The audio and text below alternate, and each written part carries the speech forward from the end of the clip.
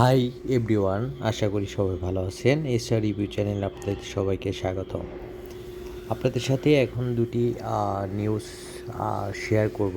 সেটা হচ্ছে মেগাস্টার শাকিব খানের হার্লিন রিমার্ক এর নতুন ব্র্যান্ড অ্যাম্বাসেডর হলেন তাহসান খান। তাহসান খান এরই মধ্যে হার্লিন রিমার্কের চুক্তিপত্র সই করে ফেলেছেন এবং তিনি এখন নতুন ব্র্যান্ড অ্যাম্বাসেডর। আর শাকিব খান না এরই মধ্যে রিমার্ক হার্লিন ইন্টারন্যাশনালভাবে ছড়ানোর চেষ্টা করছে, দেখা যাক কী হয়। আরেকটা বিষয় হচ্ছে শাকিব খান বিপিএলের যে দলটি নিয়েছেন সেই দলের টাইটেল স্পন্সর হচ্ছে ওয়ালটন। আমিন খান আবার হচ্ছে ওয়ালটনের ব্র্যান্ড অ্যাম্বাসেডর। সেই চুক্তিটাও হয়ে গিয়েছে। দেখা যাক বিপিএলে শাকিব খানের ঢাকা ক্যাপিটালস কীরকম করে। তো সবাই ভালো থাকবেন।